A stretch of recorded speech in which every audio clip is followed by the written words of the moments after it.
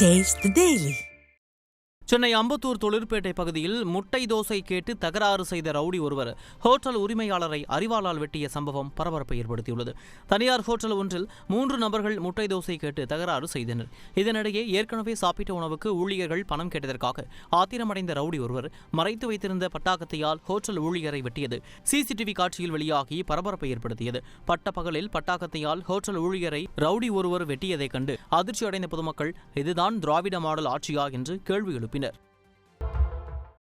திருவண்ணாமலையில் 9 வயது சிறுமிக்கு பாலியல் தொல்லை அளித்த முதியவர் போக்சோ சட்டத்தில் பிடிபட்டார்.